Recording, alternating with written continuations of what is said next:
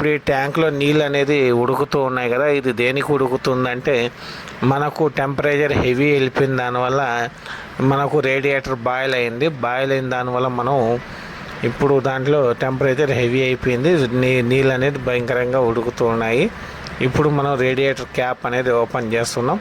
ఈ radiator cap open చేసేటప్పుడు temperature heavy అయినప్పుడు చాలా జాగ్రత్తగా, మరీ దగ్గరగా ఉండకుండా, ఇప్పుడైతే ఎంత దూరంగా నిలబడి తీస్తున్నామో అదే జాగ్రత్తగా తీసుకొని అది మనం చూసుకొని నీళ్లు పోసుకొని మళ్ళీ బయలుదేరుతాము.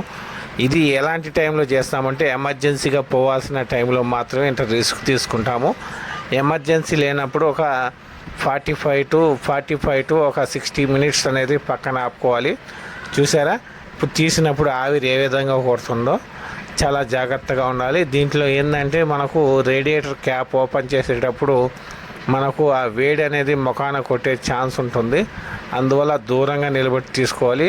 ఇప్పుడు తీసిన తర్వాత కూడా చూడండి ఆ క్యాప్ ఏ విధంగా అయితే ఊగుతుందో ఆవిరికి, అతి జాగ్రత్తగా ఉండాలి. మనం పొరపాటున అది ఆవిరి పైకి తన్నినప్పుడు మనం ముఖాన కొట్టిందంటే విపరీతమైన గిబ్బులు అన్నీ రావడం జరుగుతుంది.